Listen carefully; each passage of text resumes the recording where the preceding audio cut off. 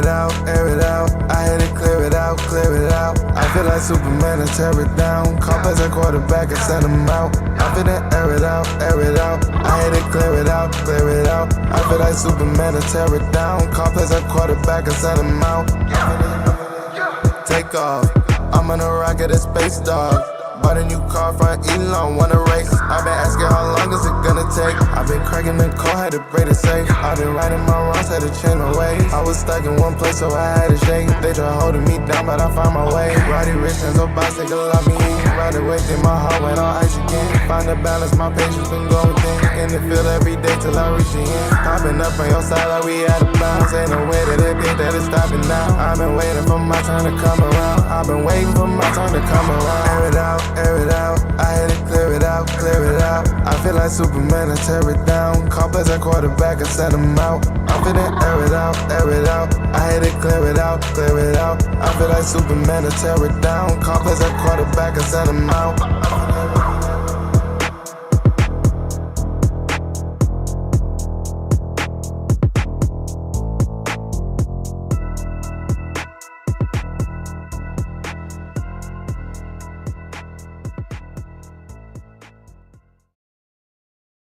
What is up, football fans, and welcome to the Air It Out podcast. My name is Avery, and I'm your humble host. It's early on a Saturday morning, but we've got lots to talk about because, well, it's football season, ladies and gentlemen, and I don't know if you guys know, but the playoffs are right around the corner, so I'm excited. It's a great time of year.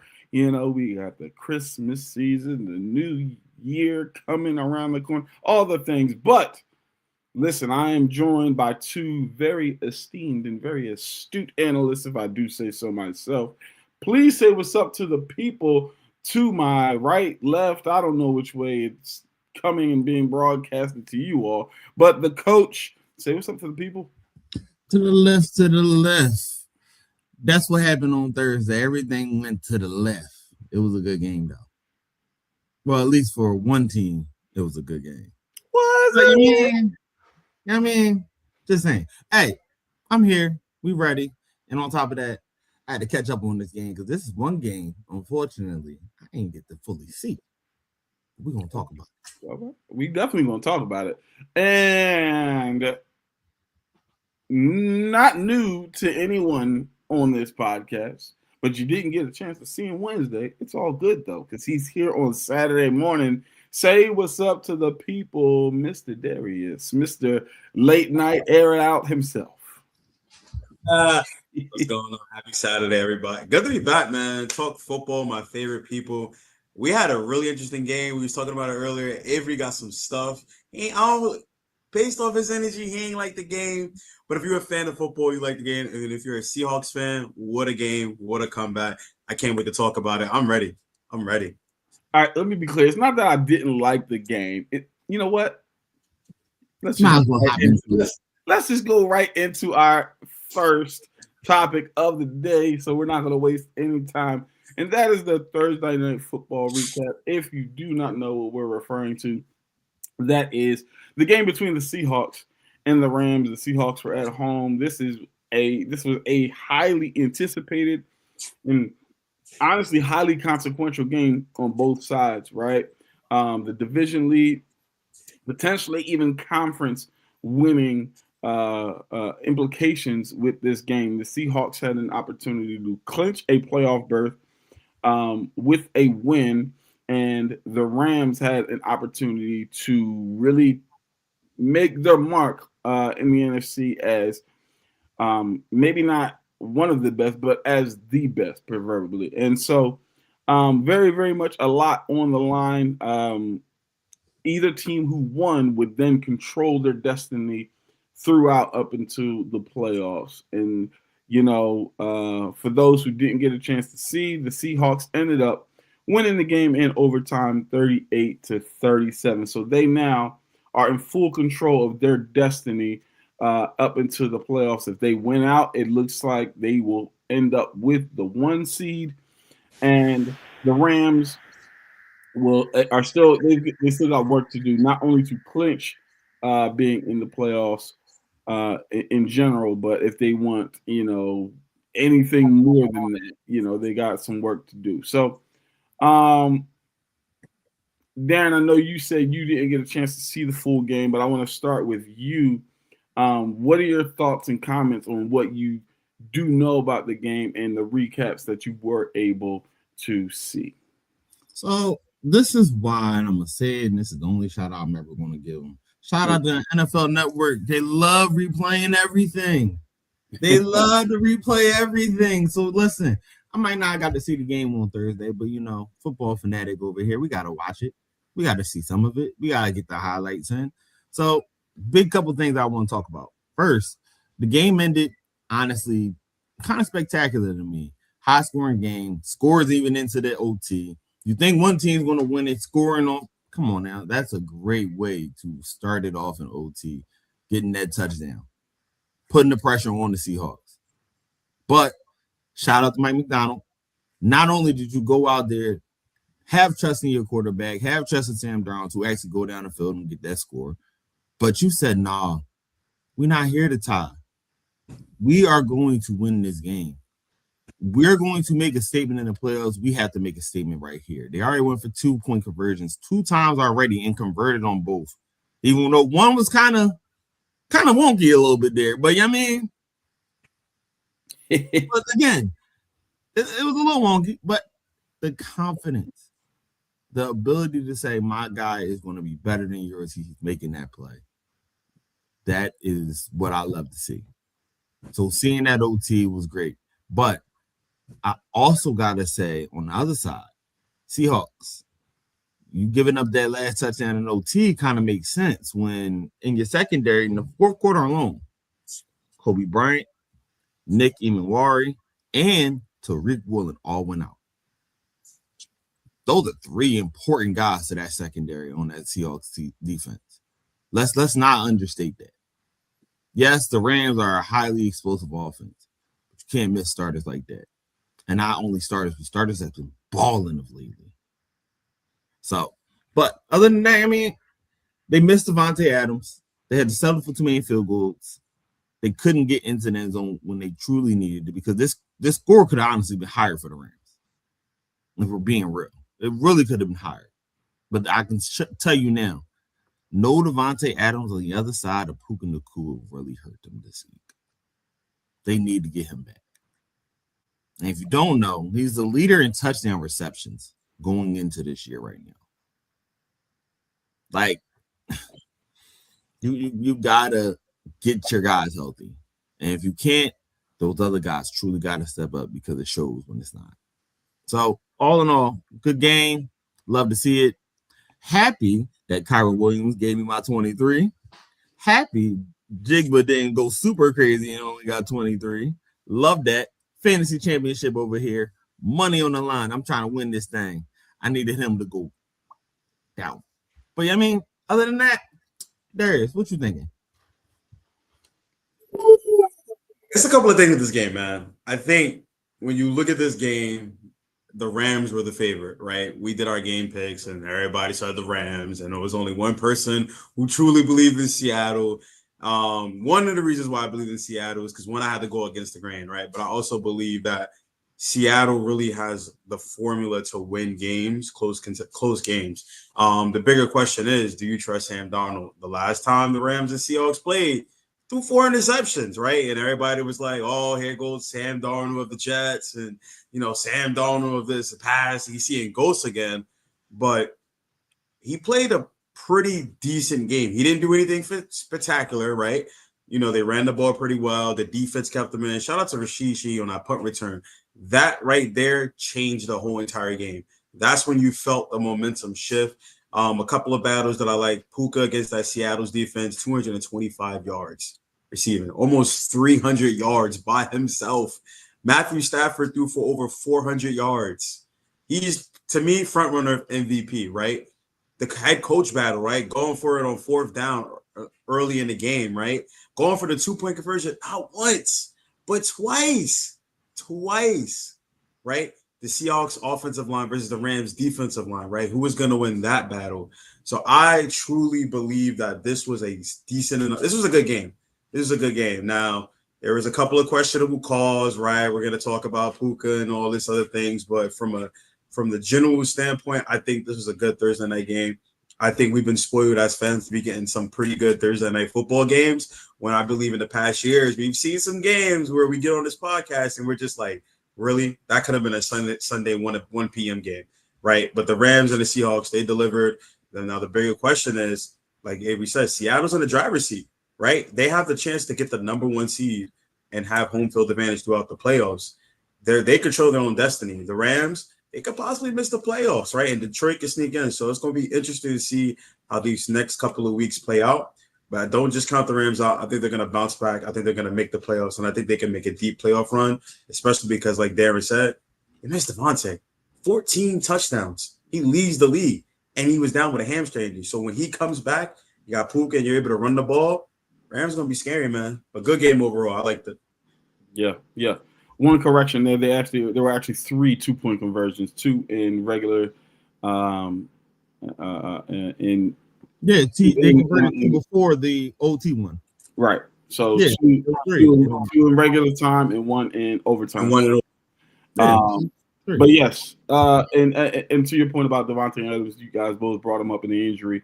I agree there that I believe that it hampered the Rams in their offense. I do hope one thing though, they don't panic and try to rush him back too soon. Hamstring injuries are finicky and very, very touch and go. You wanna kind of make sure that as much as possible you're going into the playoffs. If you guys, in fact, do make the playoffs, you're trying to go in as healthy as possible, right? So yeah, and you just kind of ran into a Seahawks team that is just, that defense, all the things, But here's what I'm gonna say. Okay, I got some stuff that I got to get off my chest here. Neither of these teams wanted to win the football game. Let me be a little bit more clear. Neither of these coaches wanted to win the football game.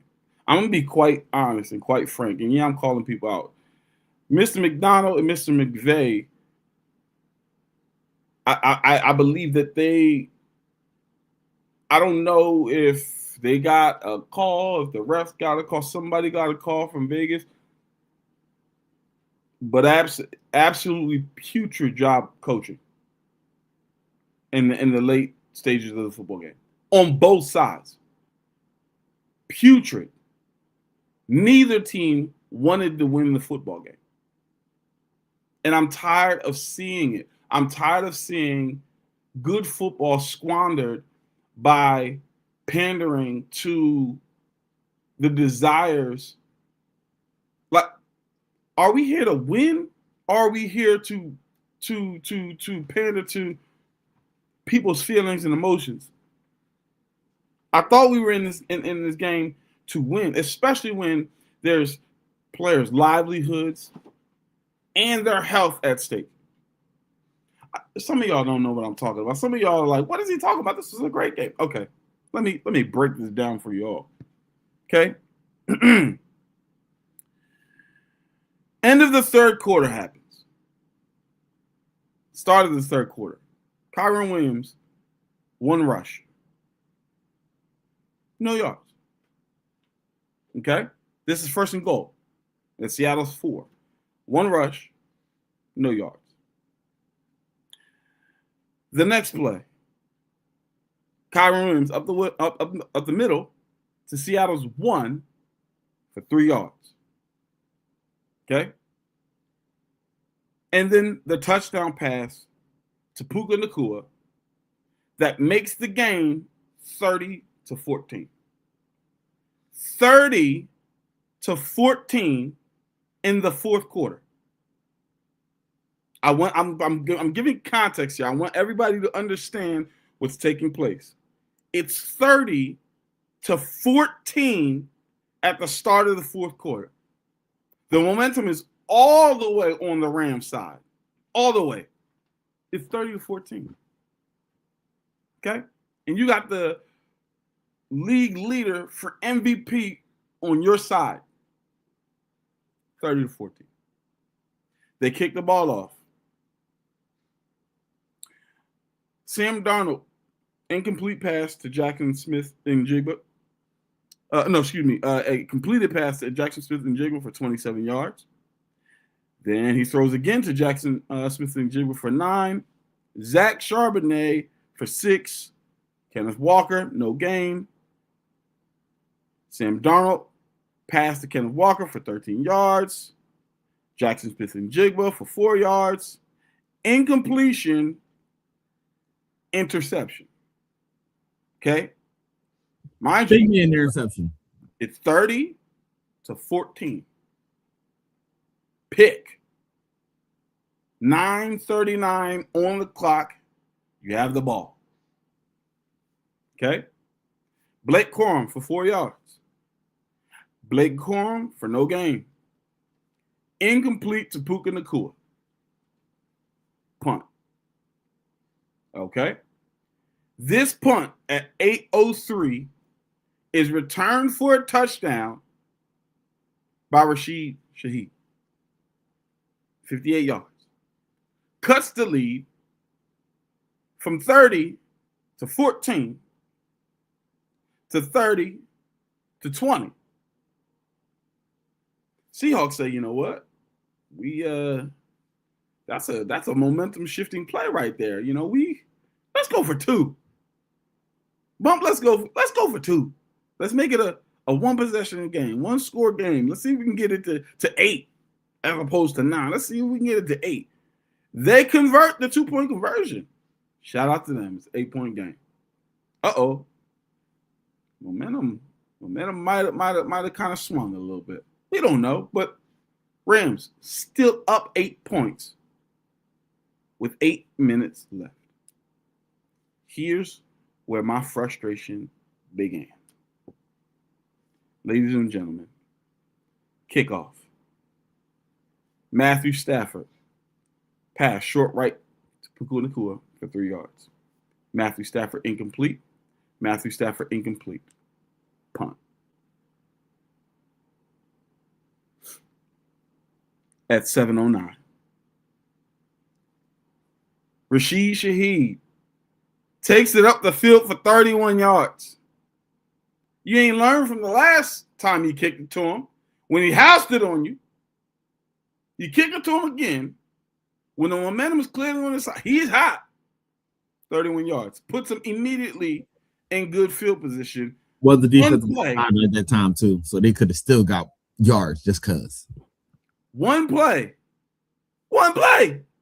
26 yards, touchdown.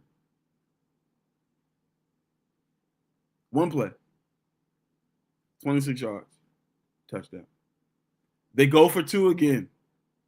Tie the game. Controversial call by many. The right call, in my opinion. It was a backwards pass. I don't care. This is why they allow the plays to go and they don't blow them dead early on. Get on the football. Shout out to Jack Charbonnet for being coached well. Understanding, hey, listen, I don't know. I'm going to go touch this ball, though. I ain't just going to let it sit here. Okay? Tie game, 30-30. Here's where the frustration really, really starts to well up. I'm like, you got to be kidding me. Kickoff.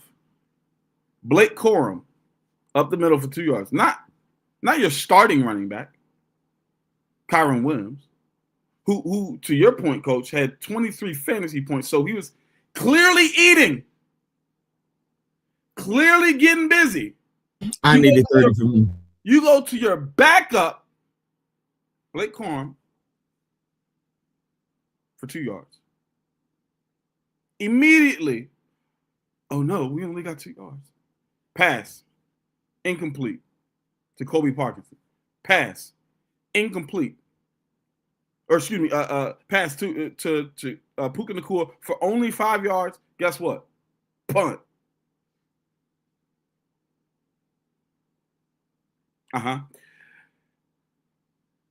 You punt. Sam Darnold, pass, incomplete. Kenneth Walker, 3 yards. Sam Darnold, pass to Jackson Smith and Jigba for 3 yards. Punt. Okay. 3 minutes on the clock now. Mind you, I want to get clear and give context. Rams got that ball after them tying the game with 6 minutes and 23 seconds on the clock. Seattle got the ball after the Rams failed to convert with 4 minutes and 41 seconds on the clock. They punt. Rams get the ball back to where we were with 3 minutes 19 seconds. Pass 27 for 7 yards. Incomplete. Deep pass. Penalty. Unnecessary roughness. We like it. Kyren Williams gets 9 yards on one play. I told you before he was cooking. 9 yards on one play.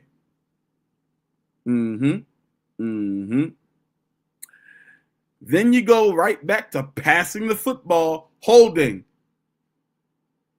Now it's 1st and 20. Kyren Williams, 7 yards. 9 yards, 7 yards. Incomplete, missed field goal.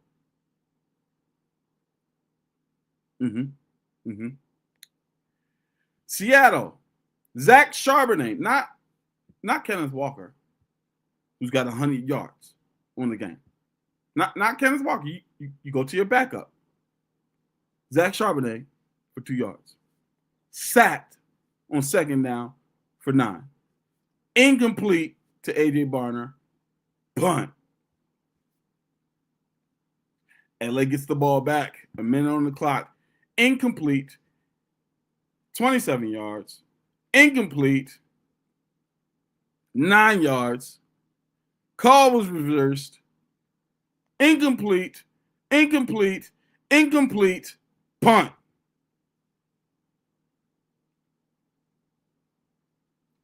Sam Darnold to Charbonnet. Again, not your starting running back.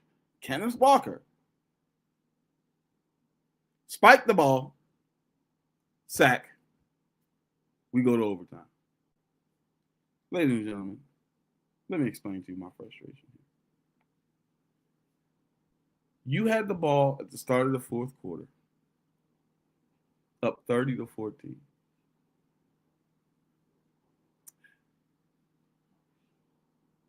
Kyren Williams had 2 carries the remainder of the game. 2. Kenneth Walker, 1. These are your starting running backs. Rams, you have the lead. A 2-score lead. And you throw the ball 98% of the time to try to seal the game. And then when you do try to run it, majority of the carries go to your backup running back. And you have the lead.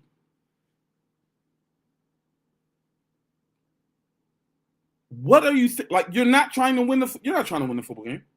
You don't want to win. I'm sorry. That's bad coaching. They were entirely too Puka dependent. It's like they were force feeding him the football. Oh, you know what? Puka will bail us out.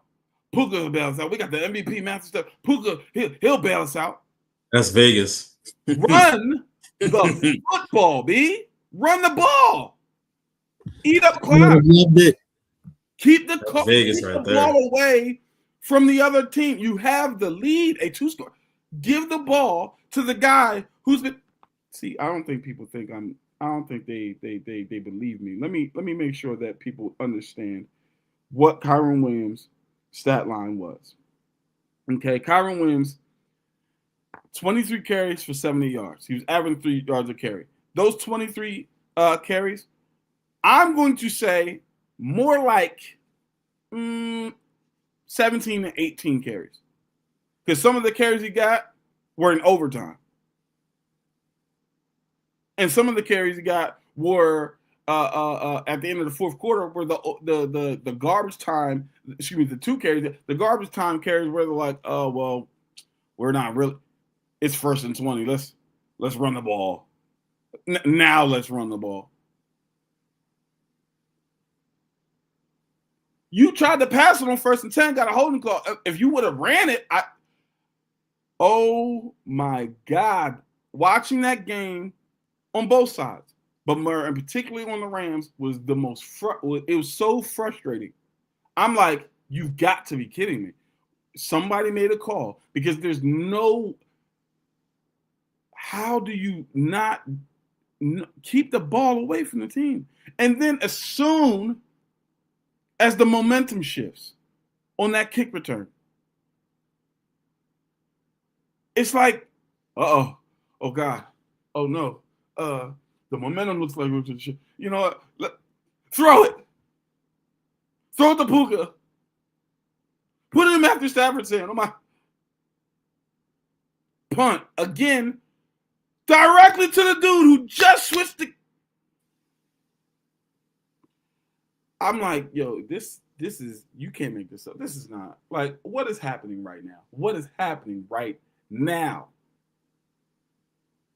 I was shocked. I was absolutely, like, I was kind of livid at what I was seeing, because I don't like bad football. Neither one of these teams are my team. I don't like bad football. I cannot stand bad football. I can't stand bad coaching. Shout out to the Seahawks for taking advantage of the bad decisions on the Rams side. But I'm like, you got to be kidding me. And then, like I said, the Seahawks, they got some stuff. They, like, granted, some stuff just kind of rolled their way.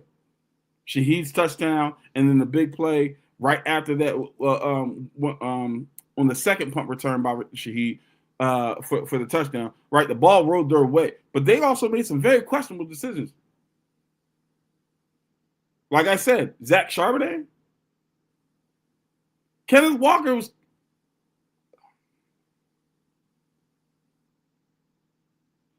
It was extremely frustrating to watch this football game. And I know everybody, like, from a fan standpoint, is like, yo, this was high scoring. This was fun. We'd like to see. I get it. This game shouldn't have even been close. It should have ended 30-14. Realistically, 33-14, maybe 33-17. The Rams should have absolutely won this game. They decided, we're going to throw ourselves out of it. And it pissed me off. Darius, I saw your hand. All right. I love the rant, right? And as you were saying some things, I was taking notes mentally, right? Where I'm going to disagree with you is there's a couple of points where I'm going to disagree with you. I agree with the Rams should have ran the ball a lot more. And if I'm a Rams fan, I'm frustrated that McVay shied away from running the ball, because it was working very well. In Seattle, struggles against the run. And granted, whoever ran the ball, both of them were running the ball pretty well, but I think Kyren Williams should have definitely got most of the touches. What I think McVay, and I could be wrong, and his mind was, the momentum is shifting. I need to make a play. I need to make a play. Who's going to make a play for us better? Stafford or Puka, or if I run the ball? So in his mind, maybe he was like, and again, I'm not agreeing, but I'm just saying, in his mind, because at that point you're up 30-21, right? Like when that punt returned, that's when, and I said, that's when the momentum shifted. You need to take the momentum away from Seattle.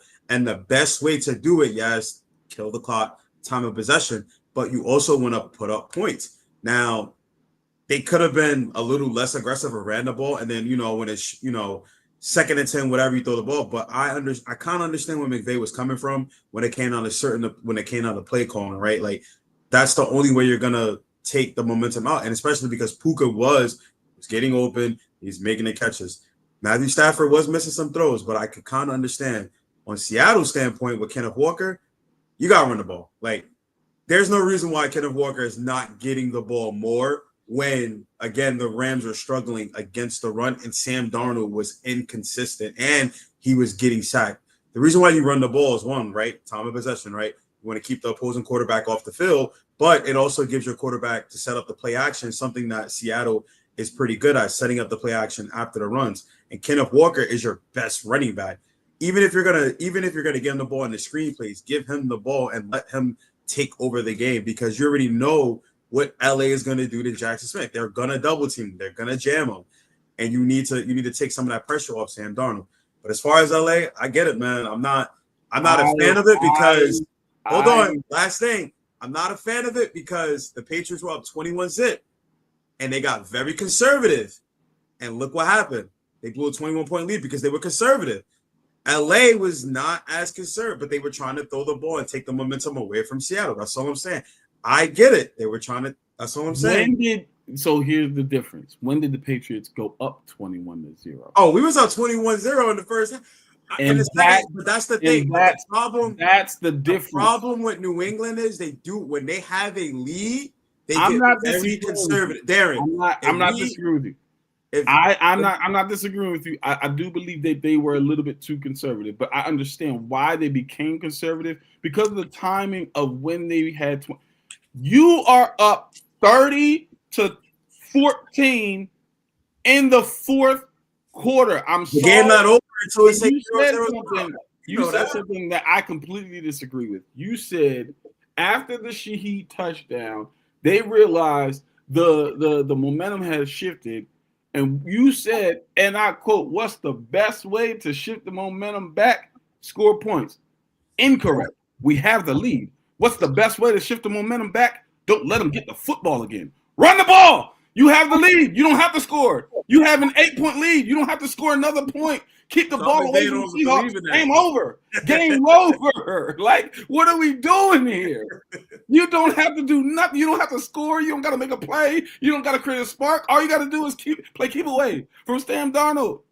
Don't let that brother get the football. Because there was a momentum swing. Okay. That was a great play, Sheed. All right, watch this. Watch this 4-minute drive we about to put together. Running the ball down your throat with Kyron Williams. Watch this 4-minute drive. Y'all gonna eat this joint. It's gonna be 4 minutes and 27 seconds left on the clock. It's gonna be 3rd and goal. We gonna kick the field goal game. But you didn't.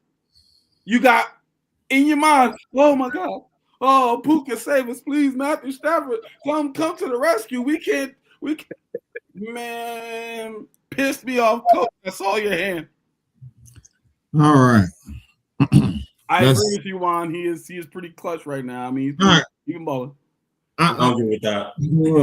I want to go about this. All right, cool. So first off, I'm going to take out my fantasy football bias. I'm going to take out all of my Raven bias. I just kind of am mad that we lost McDonald to the Seahawks bias. I'm taking all of that out. I'm going to come at this as a very objective person, and I'm going to really use my first name at this moment. I'm going to talk to y'all as a coach. If I am up 30-14 and we run, incomplete, punt the ball, and that punt return goes for a touchdown, my first thought is never to throw the ball. It is to run the ball. And the reason being, we all can agree that was a momentum shift. I've heard y'all reasons on what to do with a momentum shift. It's not just about not giving the ball back. It's not about, we got to find a spark. To stop any type of momentum shift, especially when their team is starting to rally behind them, it is to truly impose your will against the other man. It's that simple. And when you do that, the best, that is when you're running the ball. And when I say running it, I mean 3 yards, 3 yards, 4 yards. 3 yards, 3 yards, 4 yards. If you do that to someone for at least 8 to 9 plays, whatever momentum was just gained has finally been put away because their heart, and guess who they are trying to stop the other opposition, knowing what is on the line, knowing the time is against them, knowing everything that is going on. I don't even care if it's Kyron Williams or Blake Corum at that point, but you have to intentionally run that ball and get the first downs. Again, not put it in the hands of Stafford, not put it in the hands of Puka. Yes, they are great. That is cool. If you wanted to run 5 times in a row, 6 times in a row, and then play action, cool. But you have to establish and consistently use that run game. And particularly, this is where I'm going to bring up my other point. Avery stated that I believe it was the second 3-and-out base. No, I'm sorry, it wasn't the second 3-out. It was when they missed the field goal. Kyren Williams ran for 9 yards. If he runs for 9 yards and then there's a holding call, cool, you pass the ball, you get 5 yards. He runs again, 7 yards. No, the 9 yards was after the holding call. 1st and 20, they run the ball. I believe they get 9 yards on that. Excuse me. Let me see. Let me make sure I got my play sheet right. Yep. No, you're correct. Cool. Yep. I was trying to make sure because I was going along with you as you was reading. I'm like, oh, that makes sense. Yep. Mm-hmm. No, yeah. So literally, runs 9 yards, holding call. Okay, cool. Pass it 5 yards, still go back and runs it again for 7. They're not establishing the dominance to win the game. And on the flip side, the Seahawks, if you are a well-run organization and you are a team that has a running back that currently is about to go over 100 yards, hit 100 yards on the day, and had 9.1 yards per carry, why are we handing it to the backup? Why? It does not make sense. You have one of the most talented and one of the most explosive running backs in the backfield. Give the ball to him. And I want to say this. At play action. Give the ball to the running back so you can do what you're best at. You're not doing that. You're trying to play the Rams game and not your game. So I get the being upset during the fourth quarter. Overtime, they did a little bit better, but fourth quarter, I ain't even talking about here. I'm not even talking about here. Fourth quarter. Yeah, and I agree with you. Just the sequence right here, as a coach, pisses me off because it makes everyone like, yo, what are we doing? Hey, what up, my guy? Man, that is a small world, man. Small world. You know what I'm saying? Small world. That's change fam right there. But listen, I agree with you. Like it has no. I don't care who you hand the ball to. Run the ball. I don't care if it's Kyren Williams or Blake Corum. The reason I bring up Kyren Williams is for 3 main reasons. 1, he's your starter. 2, he was averaging 3 yards per carry. And 3, I think for me, in my head, if I'm the starting running back, I want to seal the game. I don't want you handing it to my backup. Could you imagine game 1 on the line and Tyler Algiers in the game over Bijan? Please let's Could you imagine? Let's not talk about this. I had to live something Atlanta would do. I'm just saying. I had to live. Derrick Henry not being on the field, and we got Justice Hill. What happens? We lost the game. Could you imagine? We lost the game. Like I just don't imagine. I'm absolutely baffled. And I want to highlight this one more time because I think people think I'm tripping when I say this. Okay, I want people to see this. This is absolutely sickening. This is sickening. Directly after the punt, Coach, you just pointed it out. Directly after the punt return touchdown, you said, "I'm here with you. You got to run the ball." Directly after the punt return touchdown, Matthew Stafford, 3 yards to Puka Nacua, incomplete punt.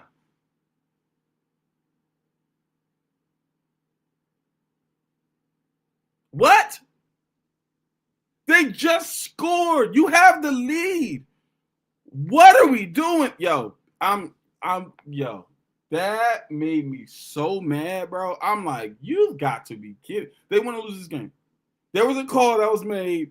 Hey, we got to make this at least entertainment. Vegas be controlling the game. I tell everybody. We got Vegas do it all the time. I kind of got to take that. I really wasn't going to say this take, but I think we might have to move on to the next joint. And I mean the next joint, because I really got somebody I think it might be time for him. after seeing this performance, I really think it might be time for him. Well, we're gonna save that one because we gonna jump. We're gonna stick with the theme a little bit here. Rams and Seahawks. Oh, we were sticking on theme, all right. And there's I'm back. Okay. You know what? Let's you know what? I ain't gonna do it. I'm gonna reverse the order here. Okay. So I wanna know from you since you have, you know, the angst and animosity built up clearly, Coach. But I'm gonna go to Darius first. I want to know, who do you feel is a player in the NFL right now that you feel should hang it up? Obviously, Coach feels like it's somebody from the one of the teams that we just were talking about. But Darius, is there another player in the league that you're like, yeah, it's probably time for this guy to go ahead and pack it in? I mean, this is going to sound generic, and I think we could all agree just based off of the performance he's had this season. Granted, his team hasn't been producing, and the quarterback just tore their ACL. Yes, I'm going to go that way. Travis Kelce. It's time to hang it up, brother. I think we can all agree it's time for Travis Kelce to hang it up. Now, I saw a report saying he's going to play the last 3 games, right, and ponder his future. I personally think he should have retired when they went back-to-back. I think that would have been a perfect time to retire. Not when they lost to Philly, but when they won their back-to-back, when they beat Philly. I think that would have been the perfect time for him to retire. All right, I want you guys to think about this for a second, right? This whole entire season, he has not had over 100 yards. That's unlike Travis Kelce. He's not had over 100 yards. This whole entire season, he hasn't had a multi-touchdown game. That's not like Travis Kelce. We know when he's in the red zone, who's Patrick Mahomes looking for? Who's getting open? Travis Kelce, right? His last game, 7 receptions, 70 yards against the Chargers, right? Before that, he played against the Houston Texans. 1 reception for 8 yards. Now, granted, Houston Texans, really good defense, right? Last game against Dallas, 5 receptions, 45 yards, right? I can go on and on. The last time he had over 1,000 yards receiving. Now, again, a tight end having 1,000 yards receiving, that's really not. Granted, that's good, but you want them to be around, that 800-900, whatever. The last time he had it was 2022 when he had 110 receptions. 110 receptions from a tight end. That year, he had 12 touchdowns, right? The following year, 2023, 984 yards. The following year, 823. This year alone, he has 797 yards. He is not going to finish with 1,000 yards. It's time for him to hang it up. He is going to be he's a first ballot Hall of Famer. He's a first ballot Hall of Famer. Nobody's questioning that. You can make an argument that he is a top 5, maybe top 3 tight end of all time. You can make that argument, right? Because of the career he had, right? It's time to hang it up. At some point in time, as a player, you need to know when it's like, all right, I don't have it. I don't know if you guys watched any Chiefs games. I watched the Dallas game, and there was a couple of plays where he just looked like he was gassed. He would get the ball, and you would be like, this is a touchdown. Travis Kelce in the past would have scored a touchdown right here. He gets stopped at the 10 to 5 yard line, and I'm like you can just see it. Like, it's time for him to hang it up. Hall of Fame career. You got the Super Bowls. You got the All Pros. You got the Pro Bowlers.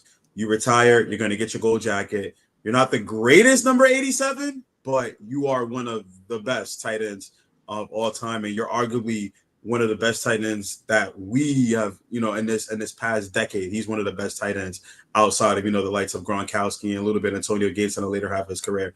But I definitely think it's time for him to hang it up. And I'm a fan of him, but watching a player like that kind of just start to take a decline, right? Remember when Tom Brady's falling off this cliff and he showed everybody that it's not. Travis Kelce, he's declining. And I think this is the season where he hasn't enough to prove. You don't have to prove anything. You got the Super Bowls, you won back-to-back. And your quarterback is not even going to be ready for the start of the season next season. So what are you playing for? So I think it's time for Kelce to give it up. Hall of Fame career.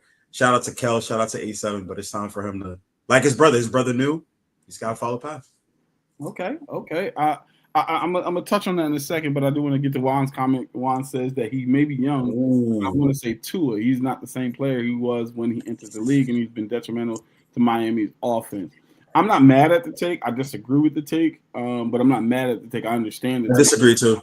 especially with the injury history. But I do believe that, again, this season he's shown that he can stay on the field, and he hasn't been terrible this season. It's just that organization has been terrible all around. So, but I'm not mad at the take at all. I do want to touch on Darius's pick for Travis Kelce real quick. I initially was going to say Travis Kelce. Myself, Brandon agrees. It's definitely time going to go enjoy being a Swiftie. I was initially going to say Travis Kelce myself, but then I started doing my research, and it made me question: is it Travis Kelce or is it the Chiefs? Is it Travis Kelce or is it just the Chiefs as a whole this season? Why do I say this? Let's just bring up some stats. Let's bring up the numbers here. Obviously, the film shows us one thing, right? And obviously, yes, he's lost a step. He's lost some of that quick twitch ability and some of the breakaway speed. However, Travis Kelce is currently tied for second in the league in yards by a tight end. Trey McBride leads at 1,071, and then Travis Kelce and Kyle Pitts are tied at 797. Exactly. Right? Surprising. Let's keep going. Sir Kyle. Target share. Trey McBride, again, who has that 1,071 yards, and Kyle Pitts, who has 797. Trey McBride's target share is 26.6% of the target share, and Kyle Pitts is 22.3%. Guess what Travis Kelce's is? Less than 20% at 19.2%. So he's not even getting the same amount of targets as these two tight ends, yet he's second in the league in yards. Touchdowns, he's got 5 to Kyle Pitts' 4. To Tyler Warren, he's got 4. Harold Fannin, everybody, all the Browns, he's got 4. Dalton Schultz, who people were like, oh my God, he's got 2. Brock Bowers has 6. He's got 1 more than Travis Kelce.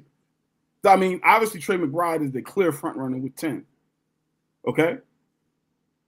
And Hunter Henry, resurgence season. He's only got 5. And let's see, how many less yards? Almost 100 less yards than Travis Kelce. Let's keep it going, though. Here's the most telling stat. Yes, he's lost a step. He's 3rd in yards after catch by a tight end. 3rd. Trey McBride 1, Tyler Warren 2, Travis Kelce 3. I was initially saying, you know what? It might be time for Travis to go ahead and let this thing go. I saw those stats and I said, wait a second. Is it Travis Kelce or is it just the Chiefs are just a little bit in a funk this year? I don't know. I mean, everybody seemed to have a down year on the Chiefs on that offensive side. The only consistent, in my opinion, were 2 things. Patrick Mahomes was going to be Superman until he got hurt. He was going to do everything in his power to make sure that they stayed at least competitive in the game. And Kareem Hunt was getting the ball on 3rd and 1 and was probably going to convert. Those were the only 2 guarantees on offense for the Chiefs this year. You didn't know what you was going to get from Hollywood Brown. You didn't know what you was going to get from Rashee Rice when he came back. You didn't know what you was going to get from Xavier Worthy. You were unsure what you were going to get from Travis Kelce. I mean, he had a case of the drops this year that we haven't seen, right? And still catches over 72% of the passes thrown to him. I'm just like, is it just the Chiefs' offense this year has been stagnated? Is that the case? Or, in fact, is it Travis Kelce? Real quick, I want to let you respond to that, Darius, and then I'll go to you, Coach. Will Kelce be willing to be a Zach Ertz? I'm not sure what you mean by that, Brandon. And what would you say? I think he means if in the league currently, if he goes to a different team, would he kind of have a resurgence? And I could kind of answer that question.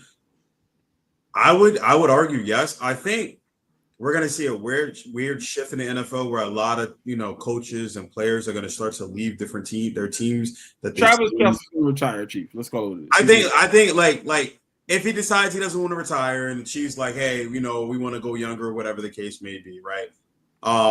But watching these Chiefs games, even when he gets the ball, like he has some questionable drops, he has lost a step. Like you said, Avery, and I like what you said. Like every offense at some point does have a little bit of a down year. I think the bigger question is for me, and this is why I said it's time for him to kind of retire. Mahomes is not coming back at the start of the season, right? Towards ACL last week, so he's probably not coming back until, we'll say, I don't know, let's say like October-ish, November-ish, right?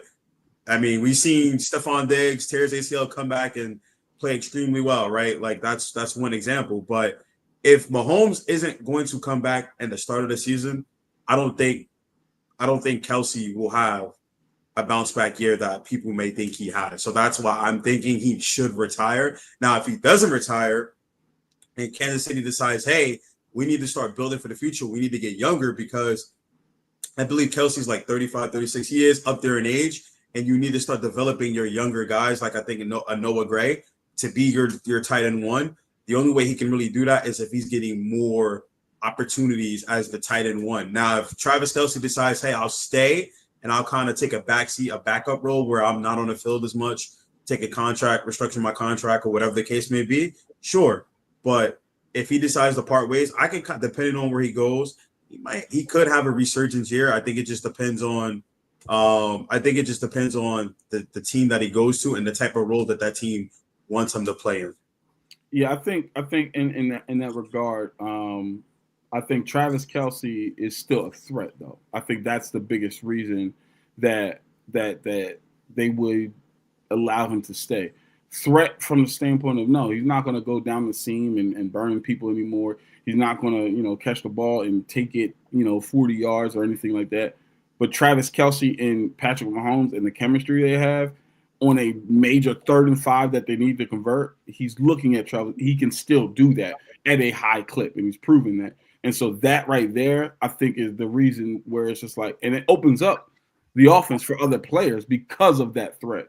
So, yeah, I hear what you're saying. I'll touch on this real quick, and then I'll go to you, Coach. What would you say is the quality of tight end position in the league currently? I would say it's coming back, but it's not where – I think it's coming back to traditional tight end, not what we've seen in the past where you have 3, 4, and 5 tight ends with 1,000 yards in the season. I think it's coming back to traditional, and I say that because defenses are running a lot more too high safety, which is taking away some of those passes, which means you got to kind of check it down to your running back or to your tight ends on the short to intermediate routes, not those deep seam routes and different things like that. So I think it's coming back to a little bit more of a traditional tight end where you'll see outliers of the guys who are like the greats get over 1,000 yards. Think about it. During their time, Antonio Gates, Tony Gonzalez were really the guys getting 1,000 yards. And then you added in Gronk, and then you added in Travis Kelce. But for the most part, it wasn't 4, 5, and 6 tight ends out there doing things like that. Coach, I'll go to you. Who's the player that you feel needs to get out of it? Honorable mentions: DeAndre Hopkins, Jalen Ramsey, Aaron Jones, Russell Wilson, Trayvon Diggs, Mike Evans, and Geno Smith. My God, it's a long list. It's a laundry list there, Juan. But Coach, I'll go to you. All right, so I came in here and I was going to just, sit here and bash on the Steelers, basically. Because I was going to say their whole entire team would just be retired. Oh, they all old as heck. Let's start with Jalen Ramsey. I'm not going to do that today. I am going to say Jalen Ramsey, I don't like him at safety. I think he needs to stay as the corner. If not, you bugging. Jalen Ramsey's been balling at safety. Cool. Yeah, Jalen Ramsey, I think he needs to retire. Trayvon Diggs, I can agree with. I don't like him with Dallas. And on top of that, Aaron Jones, DeAndre Hopkins, they're not using you properly. Yes, they're not reusing Aaron That's Jones. my issue and why I'm thinking they need to either go somewhere else or hang it up. I agree. Russell Wilson, bro, it is time to hang it up. Don't tarnish your career no more. Don't do that to yourself. You're hurting your own Hall of Fame, if possible, career. Let's just keep it up. But let's call it that what it is. Geno, you got your resurgence. Sorry, you got to go. You had your resurgence. You could play football. We all know you was at least a competent quarterback in a bad position before. You back in a bad position. don't keep doing this to yourself. That's what I'm gonna say about that.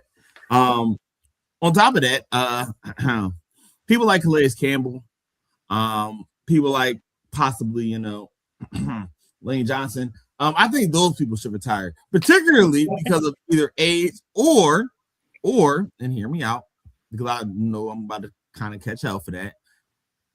It's the consistent injuries over multiple years that I feel like is going to really start to be a hindrance. And I'd rather have that person go out on top than having them be broken down by the end. So when I say a guy like Lane Johnson, it is truly because I don't want to see him become a turnstile ever. He's too good of a player to ever have that as an image. And I'd rather it stop here after all these consistent injuries over so many years of having it like this. That is my only concern with that. Yeah. So that's the only concern with that. So he kind of agreed with me on this. Listen, him, Trent Williams, things like that. Again, tackles that's a lot older, starting to become turnstiles. Hey, I don't want to see that from y'all. But the reason I really wanted to go ahead to this point, right? We just talked about how Matthew Stafford threw for 400 yards, MVP candidate, and is doing all these great things. I think he needs to hang it up after this year if he don't win it. And I'm going to explain why. It's twofold. One, I don't think that they're going to be able to have a better team next year than they have right now. This team is loaded at almost every position other than tight end. And you can say that almost offensively and defensively. Their line is very solid.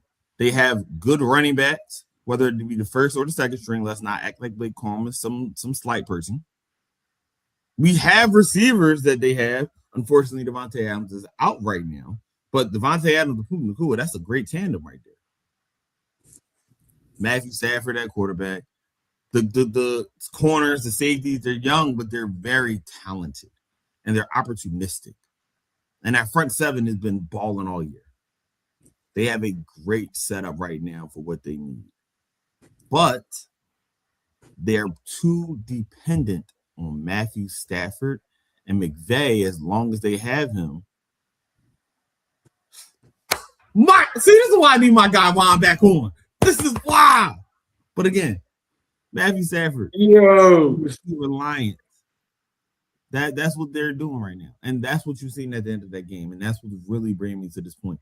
McVay is not going to allow that team to be a full team as long as he has Matthew Stafford and he knows he can get bailed out by him.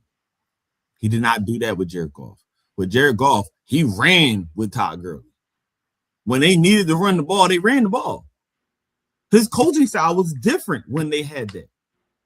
They're too reliant saying that they can hand the ball to Matthew Stafford and just make the plays. And that's hurting them now. It's hurting them. So they really want to be able to do it. They might have to get a younger guy. That McVay might have to shorten the reins a little bit, but be able to fully achieve their full potential. Matthew Stafford can still ball. He can still play. I'm not saying that. But I think it's almost time for him. He is getting up there in age. And I think McVay is way too reliant on him. And that's going to hurt both of their careers in the long run. I got three guys. Also, I would like to say I think you're tripping about Matthew Stafford. But I got three guys. Okay. Number three, I should say. Darius Slay. I know we're talking about the Steelers and everything like that, and I'm one of those believers. I think Jalen's actually been playing really well at safety. I think if he was continuing playing corner, then that's when I would be like, yeah, nah, you got to kind of call it. It's time to go, bro. But I think the switch to safety, he's been playing actually really well. I think the issue is, in large part, number one, I don't think that the linebacker play has been really good, and then up until prior to them getting Asante Samuel Jr., I think the cornerback play in general has just been lackluster at best outside of Joey Porter Jr. So I do believe that Darius Slay, man, I mean, just He's been getting cooked. He's been getting routed up. He's been looking old out there. Injuries. In my opinion, Darius Slay in his prime, top 10 corner. I don't think anybody argues that. The dude. Some years top 5. Yeah, absolutely. Absolutely, just an absolute. Locked it down. Has a case for the Hall of Fame. He's got a ring, all the different things, right? Darius Slay, a big play Slay. You don't get a nickname like that without being nice, right? Revis Island and different things. You get a name like that because you actually doing something out here. You can't tell reporters, Slay. Yeah, right. So Slay, not Darius, Slay. But I think it's time for him to hang it up. I think he knows it's time to hang it up as well. That's why he said, "I'm gonna play one more season and I'll be done." So I think, and so that's why he falls at the number 3 spot for me. But yeah, Darius Slay, one of my favorite corners as well, especially when he was on the Lions. Man, I love Darius Slay. Me and Jerome would go back and forth and be like, "Yo, Darius Slay on the Lions, like he like that." Like, everybody talking about all these other corners, be like, "Why y'all keep forgetting about Slay? He out here getting busy." So shout out to Darius Slay. I do believe though that it's time for you to go ahead and hang it up. Number 2. And it's not from a talent standpoint. I think he's still talented. I don't even think it's from a production standpoint because he's produced every year of his career, except for this one. And obviously it's because of injuries that held him back. But Mike Evans, I think it's time for you to go, bro. I saw the look on the sideline losing to the Falcons in your last game. And then the look in your eyes walking to the locker room and just repeatedly saying it was 3rd and 28, 3rd and 28, 3rd and 28. Mike Evans went into this season truly believing they had a chance. Mike Evans saw what Baker Mayfield was doing on the early part of the season and MVP consideration, said, "Yo, this might be my opportunity." Mike Evans saw the fact that, man, listen, we got another opportunity to win the NFC South, get into the playoffs, and the NFC is really, it's up in the air. We can compete with anybody. No team is going to want to play us, me, and Emeka Egbuka, and Chris Godwin, with Baker Mayfield throwing the football, Bucky Irvin in the backfield. We got a pretty decent offensive line. You're not going to be able to run up the middle in the playoffs, which we want to do against Vita Vea, and we can play solid on the outside at our corner position. And Antoine Winfield is one of the best safeties in the league. We got an opportunity here, man. And him losing to the Falcons broke his heart. I think it broke his heart. I think it broke something in him. Definitely doesn't need anything from a Hall of Fame career. Absolutely first ballot Hall of Famer. I think that game did something to him. Granted, I believe because they're still in position to win the division, that fire is still there. It hasn't fully flamed out. But I think if they don't win a playoff game this year, which shows progress, Mike, you're not. If you don't retire, you got to go somewhere else to get that ring that you're looking for. And I don't think he's that type of guy. I think he's been a buck for so long. He's a buck for life. And unfortunately, I just don't see unless, like I said, unless they get hot, I don't see it happening, man. And I know that's the one thing that's been eluding your career. That's the one thing that's probably been keeping you pushing this long. Mike could have retired 2 years ago, and everybody been like, "Yeah, Hall of Fame career." We get it. But yeah, man, I think it's time. I think it's time for you to go ahead and wrap this thing up. But again, shout out to Mike Evans, one of my favorites. I hate going against him, but Mike Evans, absolute dog. Okay, consistently left out of top 10 conversations, which is frustrating because I'm like, maybe y'all don't watch enough of this guy, but I have to watch this guy twice a year. Mike Evans has been in my top 10 for a long time, and he should get more credit and be in a bunch of other people's top 10. And now I'm going to go to one guy who I believe needs to go ahead and hang it up. A lot of people may not agree with this take. I don't care, though. Okay? Why do I believe that this man needs to hang it up? Well, production has been down. Okay? Injuries have started to set in pretty frequently at this point. And he doesn't have the best reputation around the league. And so the person that I'm referring to, ladies and gentlemen, is none other than former Falcons wide receiver Calvin Ridley. I think it's time for you to let it go, Doc. I think it's time for you to go ahead and let this thing go. Go ahead and hang it up, my brother. At this point, it's the whole, being a great route runner and all the things. Like, you're not creating separation, though. Yeah, you can run routes, but you're not creating separation. You're a 31-year-old receiver. You'll be 32 by the end of this season. 31? Exactly. Dang. Yep. Exactly. You'll be 32 by the end of the season. His birthday is December 20th, I believe. So he'll be 32. Oh, today's his birthday. Yeah. Oh, today is his birthday. So he's 31 or 32. It's time for you to go ahead and let this thing go, brother. Now, granted, I know you had 1,000 yards last season, but you only have 4 touchdowns. You didn't even know you had 1,000 yards. Exactly. You didn't even know. Quiet 1,000 yards season. 1,000 yards. The quietest one. You had no clue that he had 1,000 yards last season. Get that brother out of there. I think it's time for Calvin to go ahead and let this thing go. Last year, he had 64 catches, 1,017 yards, and 4 touchdowns. Yes, that's what happened. Okay? But this year, 17 catches, 303 yards, 0 touchdowns. Granted, again, injury riddled. But and people forget he had 1,000 yards in Jacksonville as well and 8 touchdowns. So it's not like the production has completely fallen off. But, I mean, at this point, if you don't come back next season and snap, hey, bro, go ahead and call it, man, because the Titans are trying to move forward.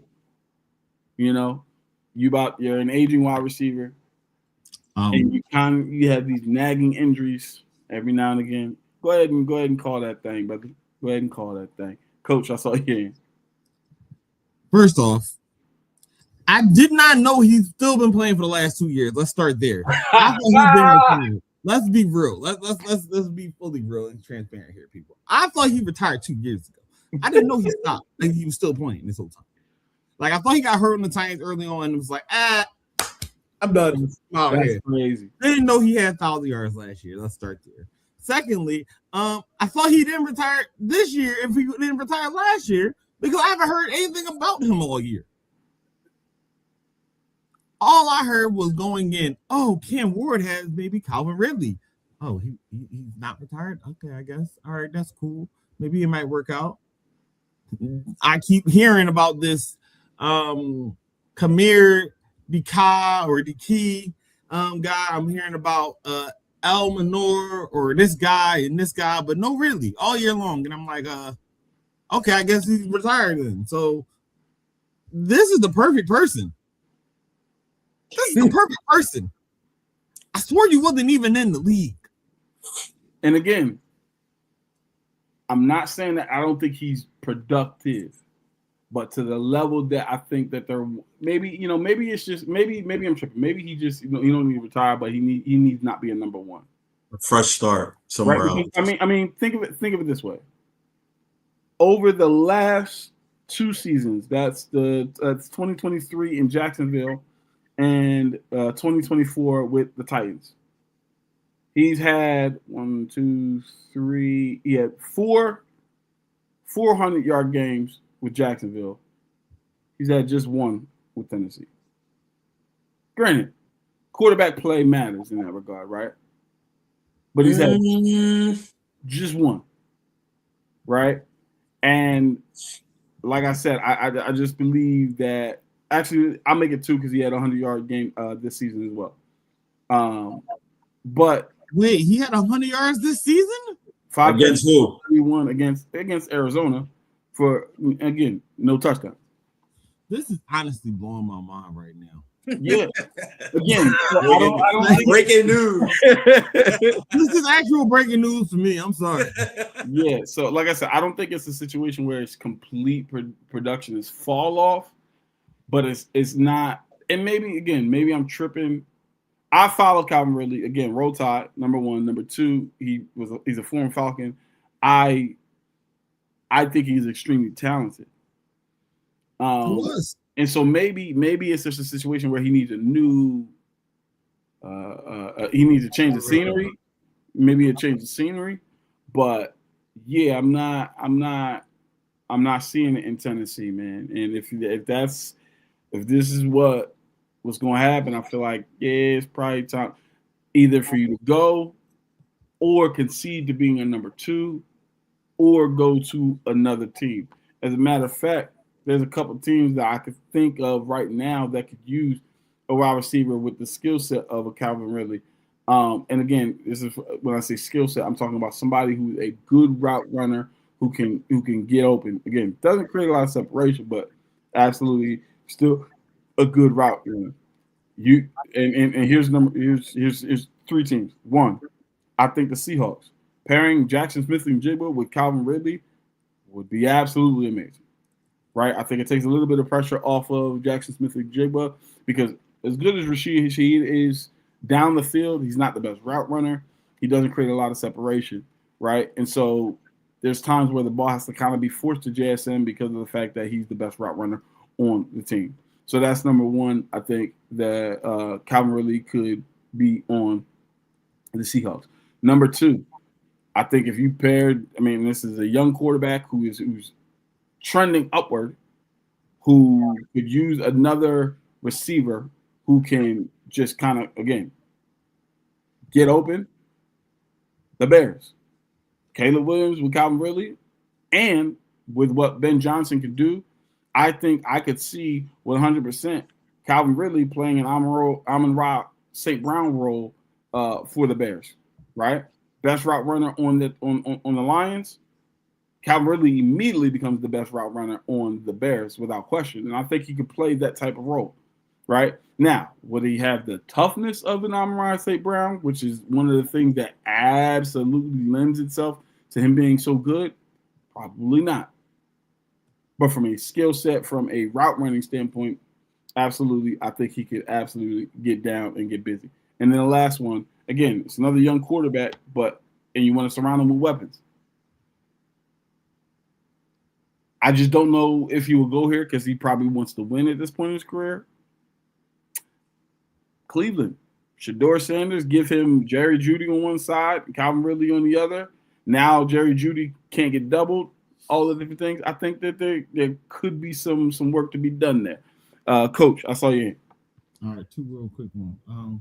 The Browns need a number one guy. They don't need another number two or number three. Either number two or three in this time of his career. We're going to use him. If you got two twos. No, let's not do that. Let's not do that. Let's be real. Especially on what a young developing quarterback needs. They have a lot of other stuff, so don't degrade his progress by giving him a 2 instead of a 1. So I don't think it's going to be there, but I honestly love the Bears pick. I love the Bears pick because they got a guy like DJ Moore, because they got a guy like Roman Doomsday. So those are your number ones and your twos. You could truly have him as that number 3 coming off the bench. I'm only questioning because his role, the way you're describing it, it sounds like he's going to have to take an Anquan Boldin, the Derek Mason role. I can agree. I don't know if he's going to be that tough to take on that type of role. He can fit it with the receiving, the route running, but the toughness to be able to go over the middle consistently like that worries me. Only worry. But I do like the Bears. That would be a great fit with what they have right now. Yeah. Coach Loveland and him. And I'll say this too because, and I think this is my number one team. I was going to try to move off it, but this is actually my number one team. I think you can go to, and that's the Houston Texans. Hershman. You know, I think if he goes to the Houston Texans, it opens up their offense. Here's why I say this: they don't really have a guy that runs routes. Nico's a big body. Tank Dell's a speedster. You don't have Stephon Diggs anymore. They don't got Tank Dell. We're not going to include him right now. I'm saying, but I say he's a speedster. So when he comes back, right? Christian Kirk ain't been doing nothing. He ain't been worth it. He's supposed to be a route runner. He ain't been doing nothing. So you bring Calvin Ridley in again to run those short to intermediate routes and be a route runner in that offense that clearly wants to spread the ball around. I think that to me is the best fit. And they are competing. But yeah, that's just me. All right. I wanna jump into our last topic. Okay. And we're gonna make this brief.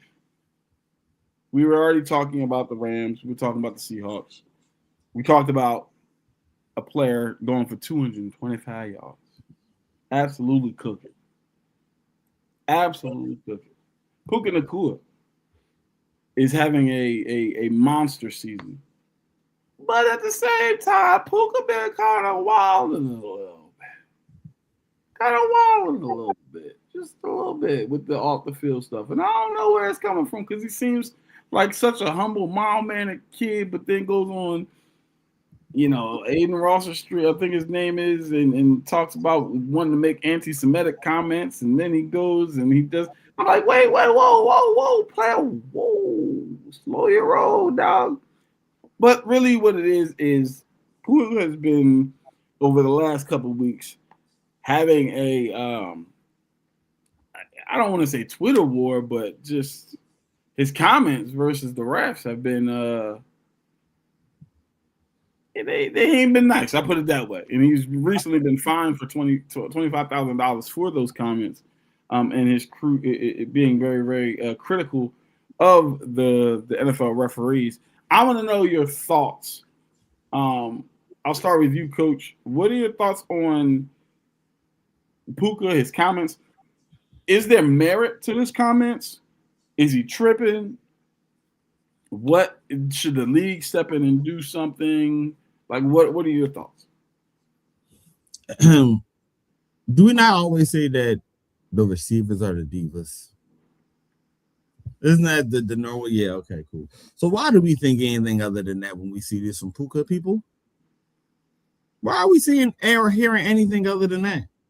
Because he started off very humble, nice guy. Cool, he got his yards. He knows what he is now. He's a diva now. It is what it is. Antonio Brown. It is what it is. And my thing is this. You're going on to these streams. You're going on and saying all these crazy things. Let's really think and take football out of it for a second. You know the climate of the world. You're not dumb. You're educated. You've went to college. So you understand when you say certain things, they have ramifications. Why would you go on somewhere and say that you want to say something anti-Semitic? That doesn't make sense. Now we're not using our brain. We're not using common sense. Let alone what you're saying to the refs.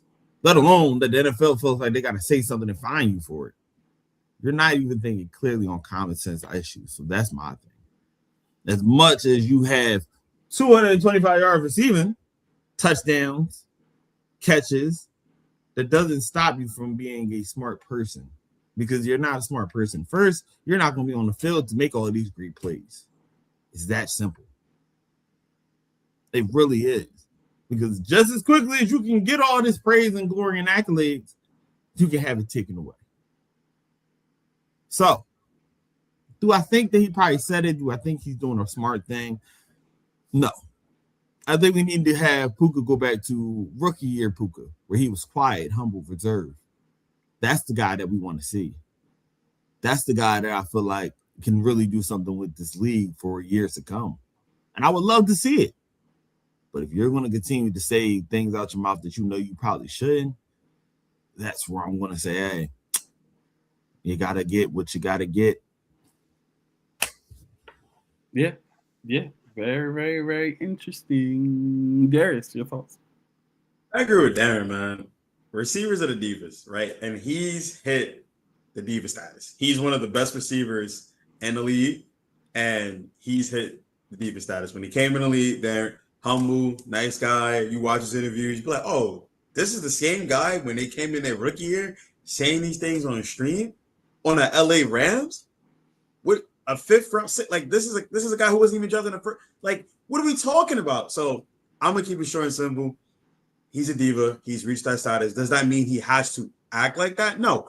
But even if you said it, the Antonio Browns, Terrell, like these are guys, once they get to a certain status where you're arguably the best receiver, you're going to have some type of controversy. Every receiver has faced some type of controversy, right? It's a few who haven't, and I don't want to wish this on them, but there's a few receivers who haven't, and Puka is just the latest of those who have reached it. And I don't like when players are on streams because I feel like you're putting yourself in a situation to get yourself in trouble, because the point of the stream when you have somebody big is to create some type of controversy so people can watch your stream, so you can generate some type of revenue for your stream for yourself.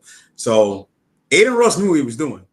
I don't think Puka knew what he was doing. He went in there probably thinking, oh, this is going to be a casual stream, and it backfired. And one thing about social media, one thing about Twitter, they don't forget. They do not forget. Once it's on that internet, it doesn't matter who you are. It doesn't matter how much money you're making, what you're doing on the field on Sunday. We not going to forget. And look at us now. We're talking about it on Saturday. So he hit that status. I just hope that he's smarter. He learns from this, and he's smart enough not to make the same mistake. Got them receipts. Listen, you want Yeah, to man. Don't. The receipts don't stay long.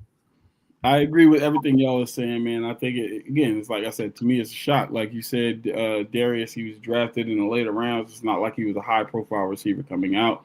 And to your point, Darren, it's like I said, he came in humble, quiet, and then it was like, oh, I done made a name for myself, and now it's like this turn up. Now, granted, they always say money and success or influence doesn't change a person; it just exposes a person. Right, it was already there. It's just this thing was dormant, and it just okay. Well, let me, it just now it's coming out of you, and whatever was the catalyst for it happening, it was already there. So, I'm not going to question his humility, his character, or anything like that, because I don't know the guy. I don't know the guy, and he's young, right? Anybody can look at it from a bird's eye view and judge and point fingers and say certain things, but I don't know him, right? So I will say this. One of my gripes with players calling out NFL officials, I'll say it this way. Players in the NBA have a legitimate gripe with the NBA officials. The NBA officials have entirely too much power. They have entirely too much power to be able to just throw guys out the game and give them texts and do all the things and make calls that you're like, yo, come on, yo. They have entirely too much power. So I believe NBA players have a legitimate gripe against the refs. I think somebody needs to do something about it. But the NFL, this is a high contact collision sport. Like, I think the refs really try to do their best job to make sure everybody's safe and make sure they get the right calls. Like, I think the refs really try to make sure they get the right calls. Like, now granted, I'm not going to say. You sure about that? Like I said, I'm not going to say that there isn't any collusion. We've seen an entire referee committee get fired for certain calls that they were giving or not giving against the Chiefs and different things like that. We've seen it, right? So I'm not saying that everybody's integral in that regard. But what I am saying is, I don't think that some of the gripes that the players have a lot of merit. I'm like, yo, all right, it's one thing if a game comes down to a judgment call, I think that's a legitimate gripe, right? Because it's like, why are we going based upon your judgment when we have replay? Like, we can just go to the replay and see what happened. It shouldn't be a judgment call, right? Or a call that's like, oh, well, you can't challenge or it can't be like, I understand that. But some stuff is like, nah, yo, that was a backwards pass. Be like, that was a backwards pass. I don't care what you thought. Like, the camera, that's a backwards pass. The rest didn't. They made the right call, bro. Like, they made the right call. I'm sorry. Like, that's the right call. That is the correct call within the rules. And if it was the other way around and they didn't call it, you'd be tight too. Like it's like you can't do that. You can't move the goalposts. For me, it's just like I think because the refs are under way more scrutiny. That's why, like I go back to, was it post COVID or during COVID? No, excuse me, the lockout with the lockout refs. Oh, that was terrible. One gives a touchdown, one ref says incomplete. That was terrible. Because they're under such a microscope, they're like, we can't get this call. I don't know. What is a catch, right? Like all of these different things. So for me, it's so. I don't think that players should be. I honestly, and this is my personal opinion.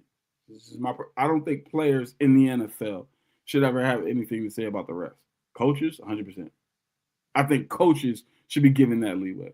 And I'll go as far as to say it this way. Every coach I've ever played for has always said, you worry about doing your job, you let me worry about the refs. Don't worry about that because you'll get a flag. They give me a little bit more grace because I got to communicate with them. I got to talk with them all the time. You're a player on the field barking at a ref, that flag come out, that's 15 yards. And then now I got to chew you out because I done told you don't talk to the refs. So it's a double whammy. So I think the coaches should have a say in certain things. I think players let the refs, like they're human. They're gonna, you know. The only barking you should do is, I didn't even touch him. You know, like passing fair. I didn't touch him. Okay, cool. Like I understand that and stuff like that. But like anything else, Twitter rants, stuff like that, shut up. Shut up. Let your coach handle it in the press conference. Okay? That's just me. Coach, your thoughts. You got to think, as a coach, you have to get the explanations from the refs. So that back and forth communication is going to be there. So if there's a serious issue, that ref has to come and explain it to me if I ask. As the head coach, as the assistant, they got to come and explain whatever it is. So that's not your job. You have a gripe with them, come tell me, I can go deal with it. Exactly. You doing that? Get out of here, man. Now the refs are looking at you, Nick. They're like, oh, so you got you just put a target on your back. You know what? Holding number 12. I wasn't even on the field. Holding number 12. Offensive pass interference. But I'll say this though. 10 yards. I'll say this, and my final thoughts on this. This is where it comes with when we talk about discipline and disciplining your players and having and letting them know, like Avery said, yo, worry about the game. When there's a pass interference call, that referee, he's gonna come up to me. He's gonna explain it to me. I might not agree with it, but what I don't need you is barking at the referee because, like you said, now they just got additional 15 yards. Now we got to change our whole play calling going into, depending on if it's 2 minutes left and they need a field goal to win, right? And now we're, as fans, we're looking at it like we're looking at it. That wasn't a pass interference call. Why is my player in his face and this, that, and the third? We're getting upset of it. So I agree. Yes. I think coaches should handle it more, but I get it. Your emotions are high. You're like, yo, I really didn't touch him, right? You see players, they're like this, like, what did I do, right? We always see this, and they're talking, and then we look at the replay, and it might be really nothing. But that's when it comes to discipline and trusting your coach and hoping that the officials will get it right. Because sometimes they don't always get it right. They get them calls wrong, and you're just like. This is why I like these are the type of players that I like. The Julio Joneses, the Calvin Johnsons, the Amon-Ra St. Browns, even I've seen AJ Terrell, like the last game against the Bucks. He got multiple pass interference. Not once did he complain to the refs. Not once did he call him out. Not once. He's just like, you know what? There's nothing I can do. I'm leaving that to my coaches. I'm about to go out here and I still got to cover. So I'm not about to sit, right? Like, that's the type of attitude I like to see from players. It's like, yo, I can only control what I can control. Like, it is what it is at the end of the day. And the eye in the sky don't lie. So even if the refs are making the wrong calls in the game and it costs us the game, you'll see it. You'll see it on the film because the eye in the sky don't lie. And so that's just me. But hey, who am I?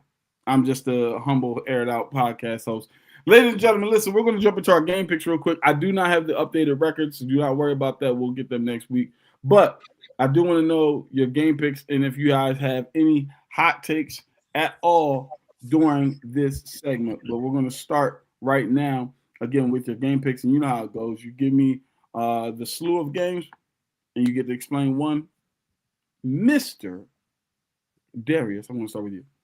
Yes, sir. So we got a double header today, right? We got a lot of football this week. We got a double header, and we got some college football. So I'm gonna start it off. We got the Eagles and the Commanders. Eagles are gonna win. I think it's gonna be a close game. Always divisional. Always a close game between these two, no matter who's the quarterback's playing. Packers Bears. I think the Bears get their revenge. I like that.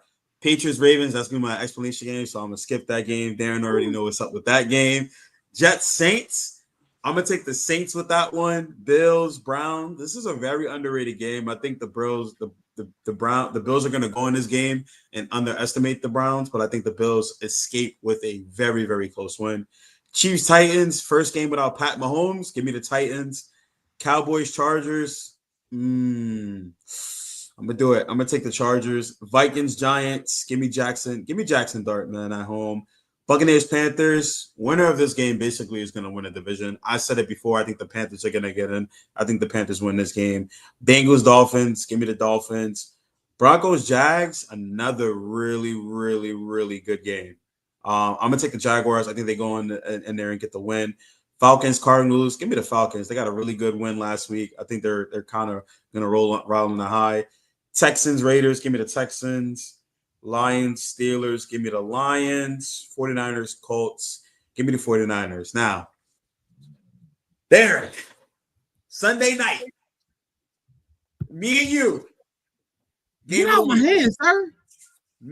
Game of the week. This is a big game for both teams. And I'll say this for one reason and one reason only. The Ravens need to win this game to stay in the playoffs and possibly win a division. The Patriots need to win this game because if they lose and the Bills win, they drop down not from the number 2 seed to the 6th seed. And what does that mean? That means they would have to go on a road and play in a wild card round and not host a home playoff game and win the division, something they haven't done since Tom Brady was last on the Patriots in 2019. So this is a very must-win game for both teams. Like, both teams are playing for something. This is December football. This is football at its finest. The bigger question is, who do you trust more, the Ravens defense or the Patriots offense? And as a Patriots fan, I'm going to take the Patriots offense, and I'm going to tell you this. If Josh McDaniels, and this is my rant, if Josh McDaniels has the lead and he decides he wants to get conservative, what we talked about earlier, is going to be a problem. You need to continue to put the foot on the gas. You saw what happened with the Bills last week.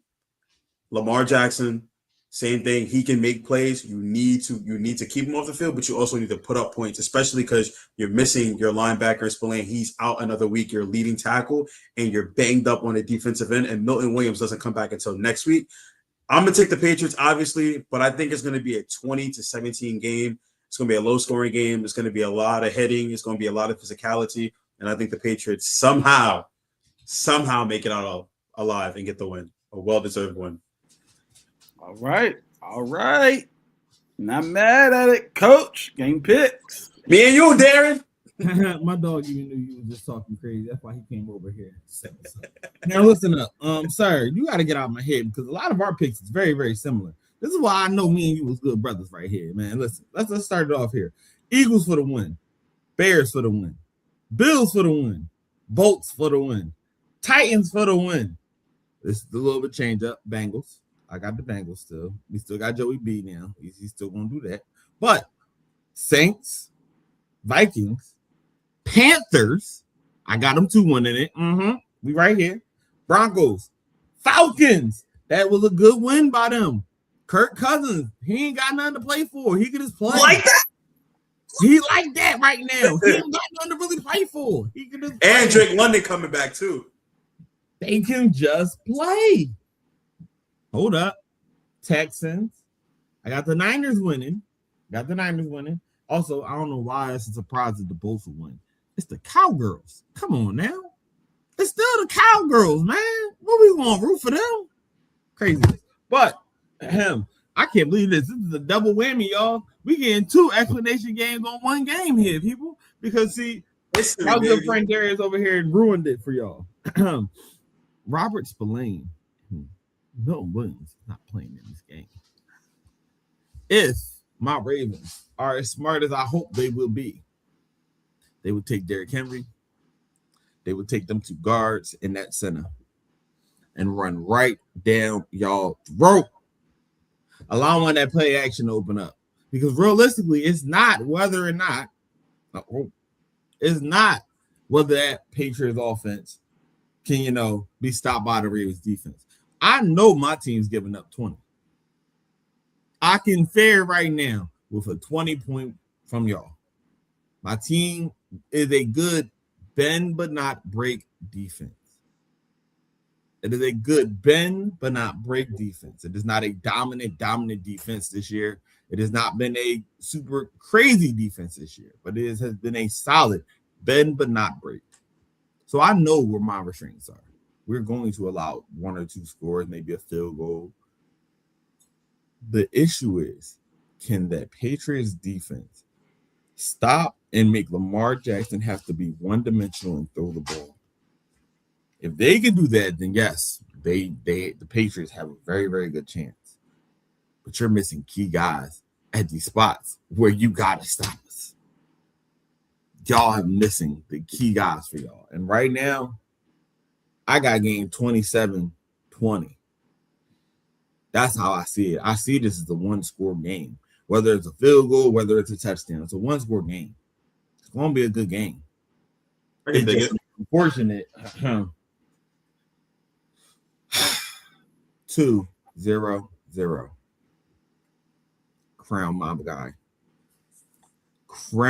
my guy. 400 yards? 2-0-0. Rushing. Crowning. You know who it is. Mike Vrabel, old running back. Oh, so Mike Vrabel already know what's about to happen. Because he's seen Mike it. Vrabel not going to know how to Fuck him. against him. No, and dude. know what to do. Oh, wait. Did I forget the other 2? The 2 that he ran in for? 200 yards and 2 touchdowns? Y'all heard it right. Y'all heard that right. Oh, my. They gonna allow the king. Oh, my. This Sunday. We need up. the Darren. Nah, you got to drop the Again, Darren meme on they're that. allowing That's the crazy. king to be the king this Sunday. And when we go up, Yes. just understand, we going for that division lead. I don't care about y'all. Y'all in the playoffs. Not yet. We ain't clinch. Listen. You, sir, y'all gonna make the playoffs. We gotta fight. We got more to play for. It is what it is. Hungry dogs run faster. Yeah, I stole that from y'all Eagles, but it makes sense. God dang it. Hungry dogs run faster. Call what it is. Real spicy. I like it. It. Oh, Lord. All right. I'm gonna go ahead and do this here. You know what I'm talking about? All right. Starting with the Eagles and Commanders today at 5 p.m. Eagles, Packers, Bears. Ooh, that's gonna be a good game, boy. That's gonna be a good game.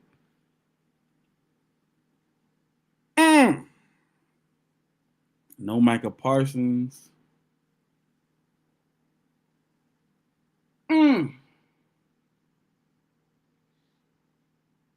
Ooh, that's tough to pick. I can't lie. Yeah,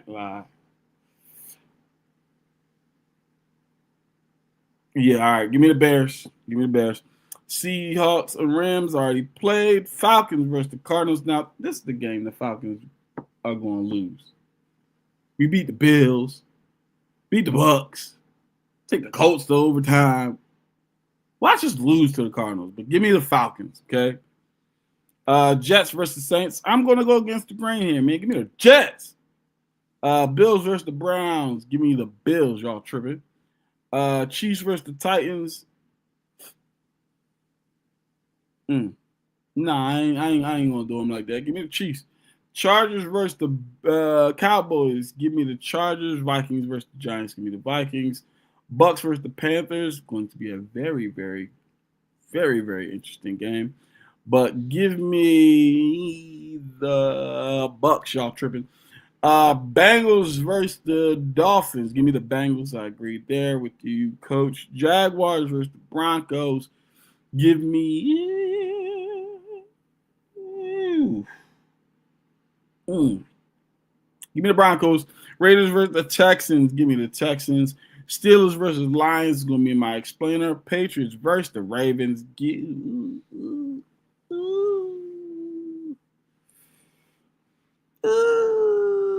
Y'all got a game. Who are you gonna be friends with this week? This was this. Who we gonna be friends with this week? One of us ain't friends tomorrow. Ooh, Patriots versus the Ravens. Ravens at the crib. No Milton Williams. Ooh. I forgot. All three of our losses this year came at home. We're undefeated on the road. That's all I'm gonna say. All right, so because because there's questions. So this is not because there's questions about the schedule. I'm going to take the Ravens in this game only because the Patriots' schedule has been questionable. And again, I'm not one of those people who believe in that, but for those who believe in that, the Patriots. Avery, this is why we friends. I knew it was okay. I'm just saying. I don't know. Wrap it up. Wrap the show up. Wrap the show. That's it. Because my thing is this: like, if we go back, okay, if we just go back, they lost to the Steelers, who are a playoff team. Okay, they lost to the Raiders. Who? Raiders, and we lost to the Bills. All at home, by the way. All at home. We have not lost on the road. Still undefeated on the y'all road. lost to the Raiders. So we are undefeated on the road. That's all I'm gonna say. Lovely. Y'all lost to the Raiders. I'm still trying to figure that one out. It was week one. It's week 1. 2, 3, 4. How you lose to the Raiders? It was week 1. I just because of, like I said, because of that, I'm gonna go ahead and go with the Ravens. But and then the last game, their 49ers versus the Colts on Monday night. I'm going to go with the 49ers. Back to the explainer game with the Steelers and the Lions. A lot up in the air.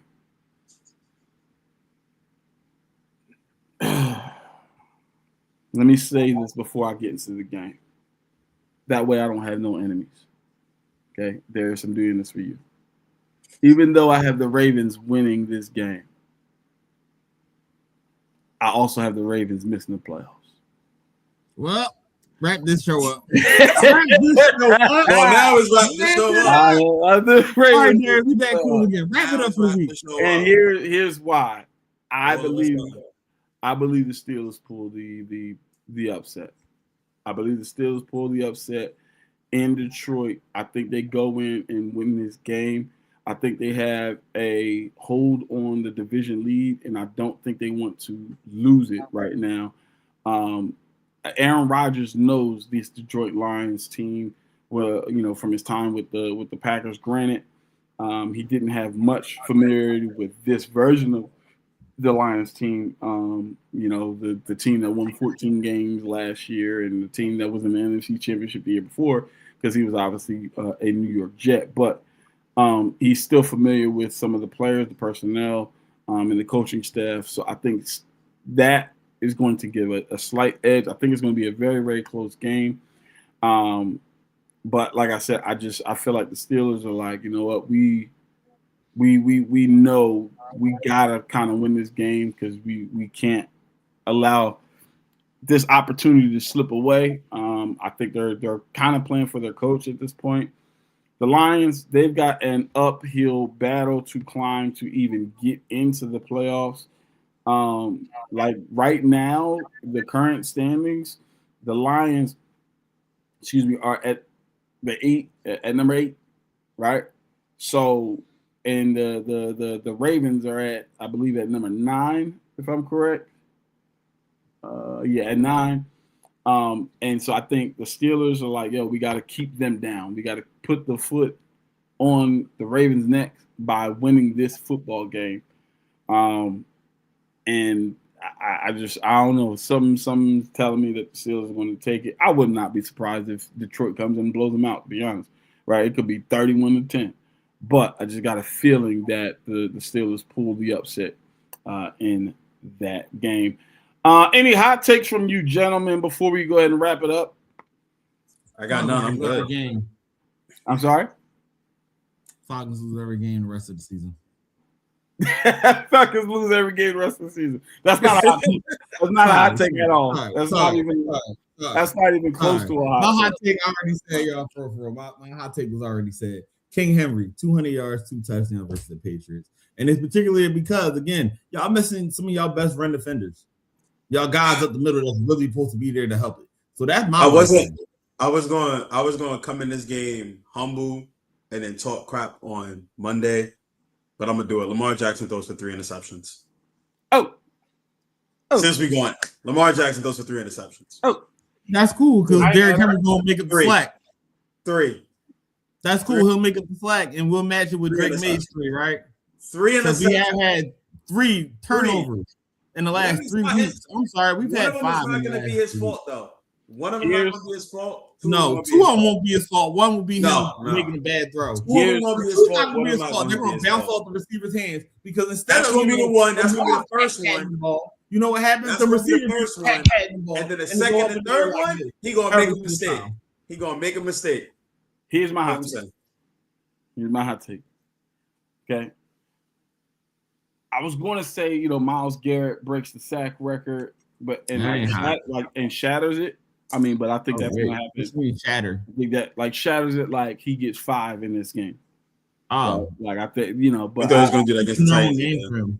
Yeah, but but I don't think that's going to happen. So here's my hot take, ladies and gentlemen. I know he only's got 2 games left. And I know he would need to have back-to-back immaculate games for it to happen. But I do, in fact, believe that it will happen. Jackson Smith and Jigba will go over 2,000 yards this season. He needs 200 yards in back-to-back games to do it, or just around 200 yards in back-to-back games to do it. I think it happens. I think Jackson Smith and Jigba goes over 2,000 yards this season. The last 2 games, he's going to turn it up. You heard it here first, ladies and gentlemen. But that's going to do it here. Next week. That's going to do it for us here at the Air It Out Podcast. That's called the hot take. Yeah, that's spicy. That's right. But yeah, that's doing it for us at the Air It Out Podcast. We appreciate everybody being on, throwing in your comments. Do me a favor, ladies and gentlemen, scan that QR code down at the bottom of the screen. It's going to take you exactly where you need to go. Go to our YouTube page, like and subscribe, and also turn on the notification button. That way you can know when we are live and you can get your comments put in the chat live like you saw here this morning. And do me a favor, go to the website, www.insidethehashes.com for all things football. You got to do it. And then follow us, obviously, on all your social media platforms. This is the Air It Out Podcast brought to you by Inside the Hashes for Coach. For Darius, my name is Avery. We will see you guys Wednesday next week. It's going to be a Christmas Eve show, maybe. I don't know. We'll see. We'll talk about it and see if we want to give you guys a break, and we'll go from there. But until then, ladies and gentlemen, always a pleasure to see you. Peace out. I also say this: the only way that he gets 2,000 yards. All I'm saying is 3 interceptions. The first one you